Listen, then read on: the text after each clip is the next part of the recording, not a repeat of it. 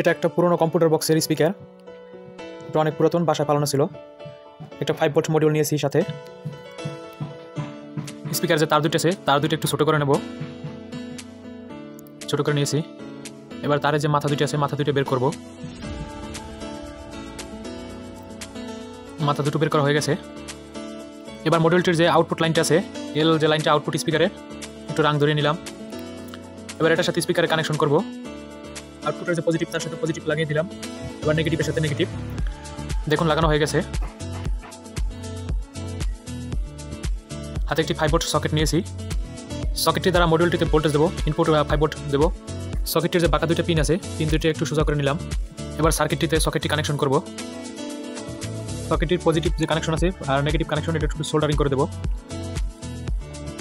দেখুন সোল্ডারিং করা হয়ে গেছে। হাতে একটা ব্লুটুথ হেডফোন নিয়েছি। হেডফোনের সার্কিটটিকে খুলে নেব। সার্কিটটি খুলে নিয়েছি। আপনারা যে কোনো ব্লুটুথ হেডফোনের সার্কিট ব্যবহার করতে পারবেন। সার্কিটের যে আউটপুট লাইন দুটো আছে, এই দুটোকে ব্যবহার করব।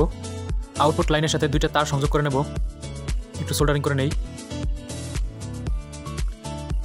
দেখুন সোল্ডারিং করা হয়ে গেছে।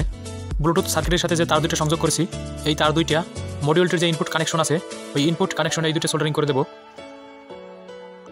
দেখুন সোল্ডারিং হয়ে গেছে। মডিউলটির এল লাইনটি আর এই যে মাঝের যে লাইনটি আছে, এই লাইন দুটোকে ব্যবহার করব। ব্লুটুথের যে তার দুটো পেয়েছি আউটপুট, এই তার দুইটা মডিউলের ইনপুটে কানেকশন করব।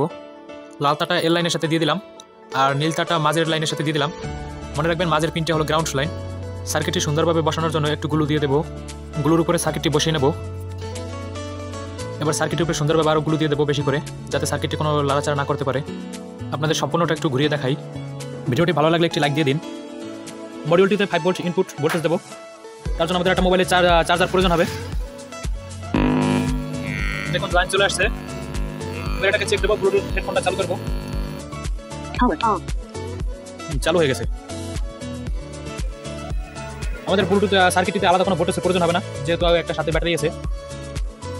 এই যে দেখতে পাচ্ছেন একটা ব্যাটারি আছে, এই ব্যাটারিতে কাজ হবে। আপনি যদি চ্যানেলটিতে নতুন হয়ে থাকেন তাহলে সাবস্ক্রাইব করে পাশে থাকা বেল বাটনটি বাজিয়ে দিন। আর যদি সাবস্ক্রাইব করে থাকেন তাহলে অসংখ্য ধন্যবাদ।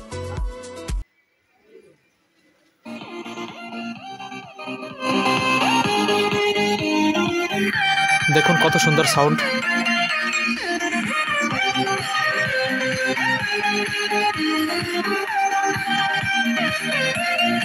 ভিডিওটি ভালো লাগলে অবশ্যই একটি লাইক দিন, আর চ্যানেলটিতে নতুন হলে সাবস্ক্রাইব করে দিন।